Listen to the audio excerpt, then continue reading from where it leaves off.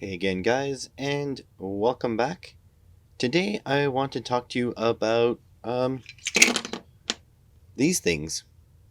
These things are relays, and at the very basics, a relay takes a small current to control a large current.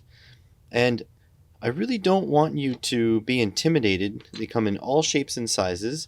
As an automotive guy, I've got a bunch, but they're all kind of the same shape and kind of the same size, but they can be gotten from lots of places. But when I teach relays to my students, I break it down into two separate sections. These sections are together in the fact that they're in the same box and they influence each other, but I want you to think of them as completely separate. So, you guys know what a switch is. I'm sure you do. A switch is just basically a device you can toggle on or off to break or make a circuit. I mean, literally, that is all a switch is. It's if you take two pieces of wire and split them apart, no current can flow, and it's like having an open switch. When you touch them together, current can flow, and it's like having a closed switch. Another device you guys probably know is an electromagnet, represented here by a coil of wire, because generally electromagnets are made by coiling, copper wire around a core. Now, what this and this have in common is that they are both found inside a relay. And this electromagnet, instead of doing, absolutely nothing, it is linked magnetically with this switch. So if I close the box off like this, that's a typical drawing for a relay. And what happens inside of a relay is that this electromagnet turns on, and the magnetism will pull this little lever, and it'll pull it shut, and it'll make a circuit. Now, why don't you just use your switch or whatever that activates the coil to just activate your load? Well, this thing can have, something like 150 ohms. It could have, 300 ohms. It depends, right? It can have as low as 80 ohms as well. Maybe even lower. I'm an automotive guy, so, these are approximate figures. So, this will take some milliamps, maybe 100 milliamps, to activate this portion here. But on this side, on the switch side, you could switch loads as high as 10 amps, as high as 40 amps in some cases, and as high as 100 amps in specialized cases. So if you try to run 100 amps through a little toggle switch, it's not going to happen. You're going to melt your switch. But using a relay that's properly rated will generally get you this control. Now, another thing to think of is that a computer, like let's say in your car or an Arduino, for example, there is no way in hell you're going to be able to switch this much current without a really big MOSFET. Whereas you can switch this much current using a couple cents worth of a transistor. So this is the reason why we use a relay. I want you to not be too confused because this is a 4-pin device, right? 1, 2, 3, 4. And this is a 4-pin device, 1, 2, 3, 4. Sometimes you see relays with 5 pins. Don't be confused. It's nothing more complicated. Okay, you already know you have the electromagnet. And you already know that you have the switch. The only thing that changes in a 5-pin relay versus a 4-pin relay is that this switch here will actually connect to another wire. And when you flip on the relay, when you energize this coil, this switch will travel from its normally connected contact, NC, to its normally open contact, and it'll just switch whatever you put here whatever you put in, instead of coming out this way, when you turn on the coil, it'll come out this way. So it's basically like, think of a train track, right? The train is constantly going down this way. And if, let's say, there's a traffic jam here, there's a train fell over, then it switches onto this one, and then the train can keep going in a different circuit. It's that simple. And if you only need 4 pins, like you only need a basic relay, and you have a 5-pin, all you have to do is just don't use this wire. Simple as that. So this is what a relay does. This is how it works. Let me just show you it in action. Showing you all about relays, I have to also start by telling you there's usually a few ratings on relays. Now, these relays that I have in front of me are all the automotive types, and so there'll usually only be one rating on it, which is this one here, 12 volts DC. Some of them have optionally 120 ohms, or whatever the ohms rating on that, and that would be the resistance of that electromagnet, and that 12 volts is the amount of voltage needed to click, to have enough magnetism to click over that switch.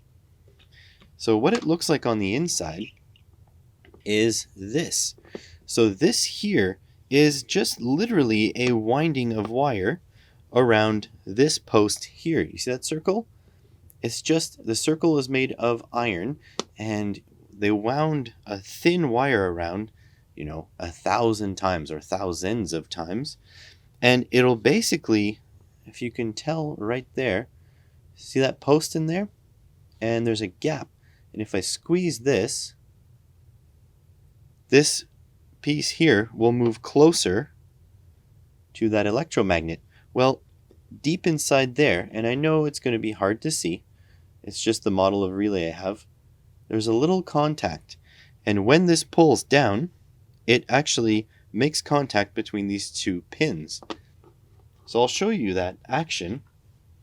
The relay is fantastic also because it switches so incredibly fast compared to a manual switch. A transistor is still much faster, but compared to a regular switch, the relay is way faster.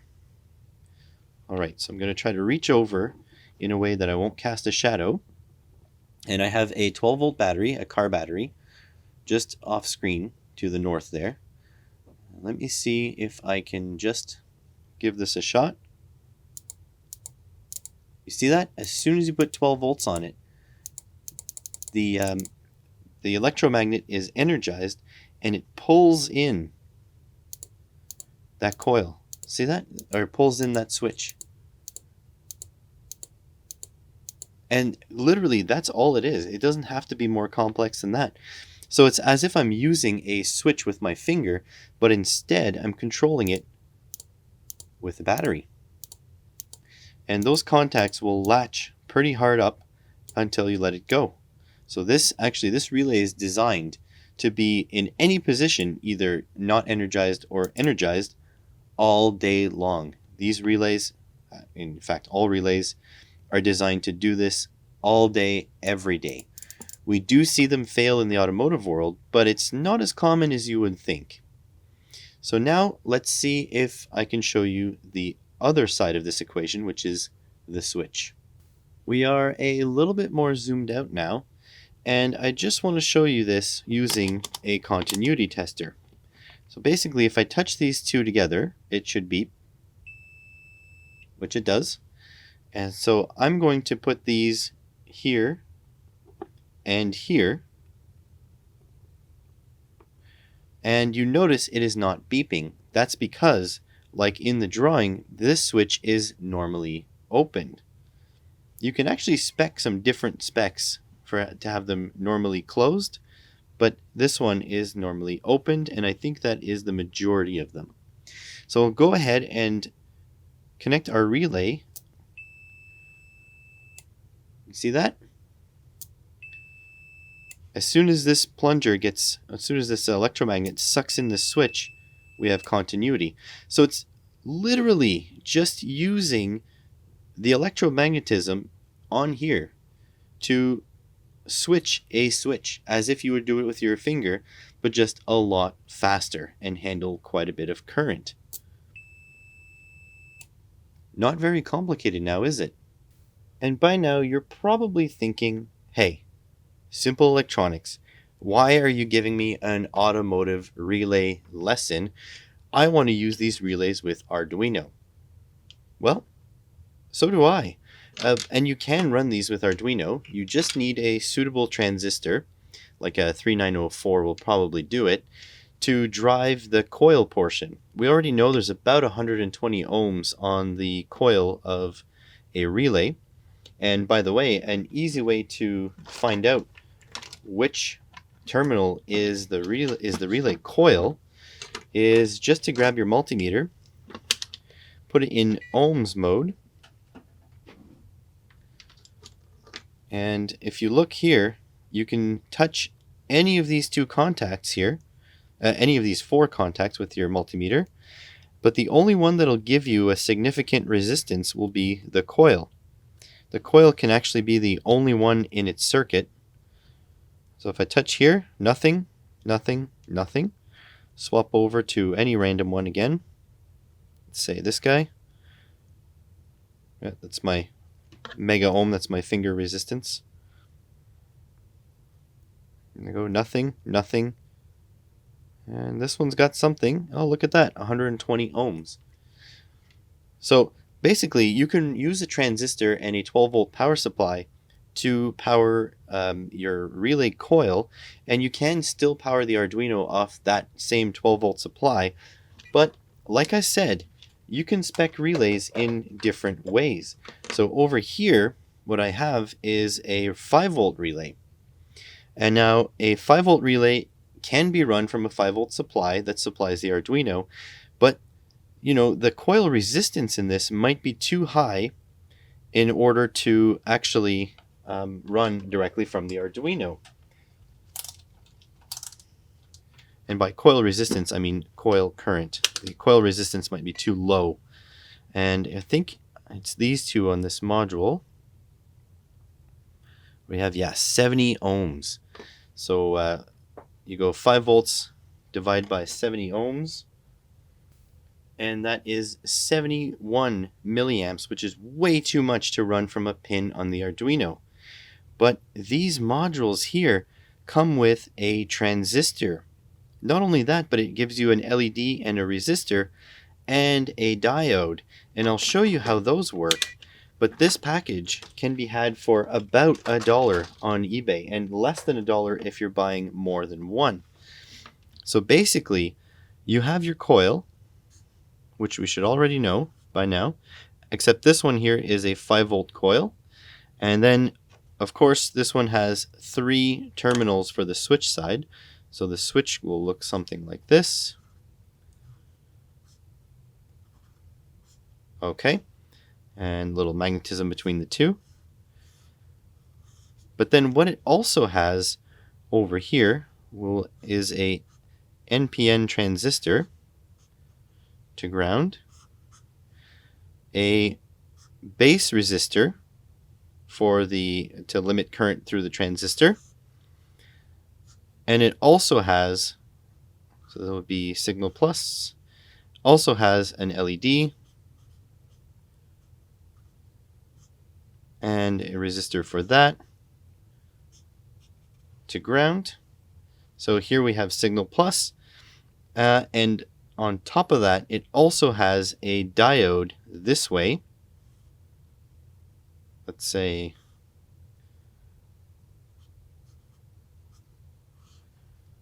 which is right over here, because anytime you have an inductor, any coil of wire, and you shut it off rapidly, it'll induce a spike of voltage in the opposite direction.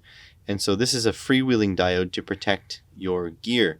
Some relays have it built in, but this one has it on the module.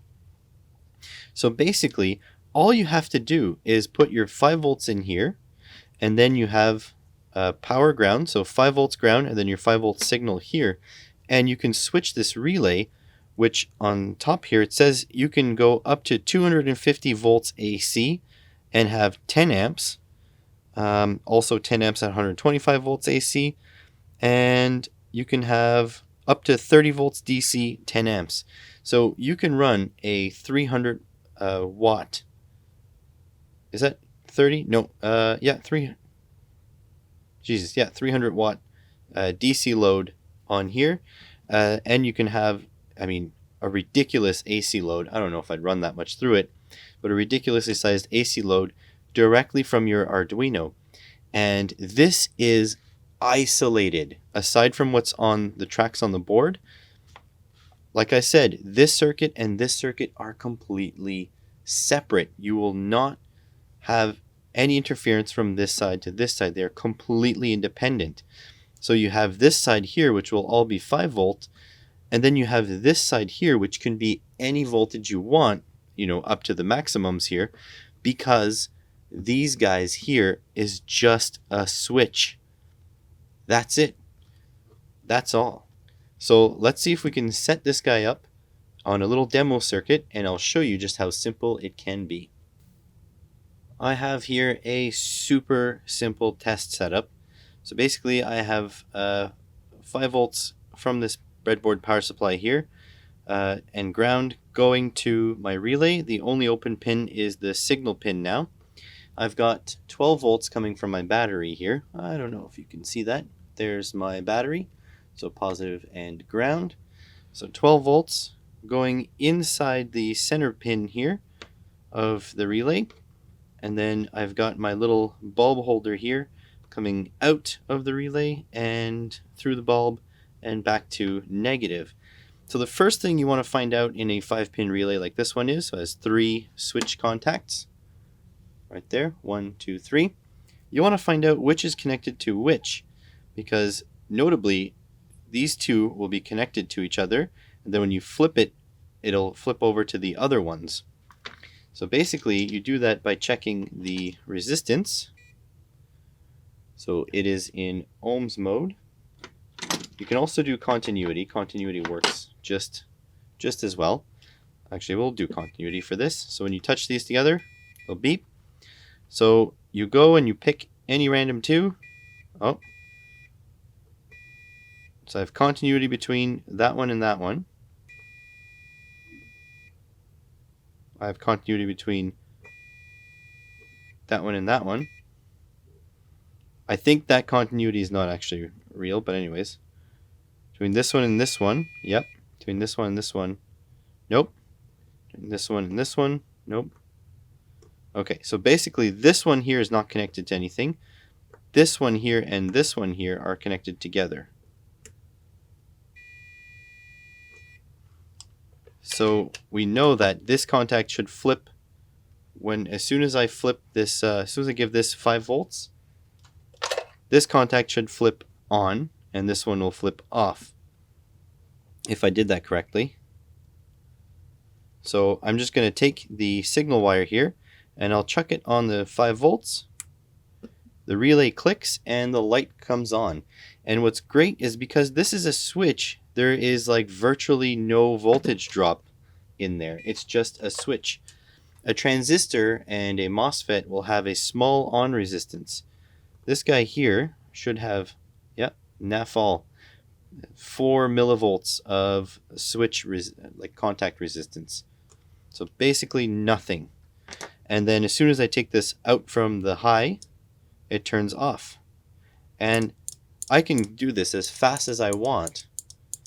There is a practical limit, obviously, but I'll never reach it physically. If this were controlled by a microcontroller, because all this is, it would just need a logic level high from a microcontroller. If I got a signal that's way too fast, then at that point the relay wouldn't be able to keep up. And then you really need to go into the solid state world. But some loads, like big loads like this, or like heater loads or something like that, these things are ideal for, and you can control them with the Arduino. And if you look at any of those smart switches that turn on and off, with those digital displays, and you set the time, if you open it up, you will see something just like this. Basically a relay, which is completely isolated, controlled by a microcontroller, and it'll just flip these little pins in and out, and that's how it works. And there you go, right? You can run way bigger loads than you ever could with your Arduino. So I hope that gets you going. I hope that gets you ready to start on your own adventure. You can switch basically anything with this. In fact, you can even have the microcontroller, the entire system turn on or off with the relay if you'd like. And so if you like this video, please make sure you're subscribed because there are plenty more coming. And I am doing a video a day for this whole month, and I'm almost done. So subscribe to me to encourage me. And thanks again for watching.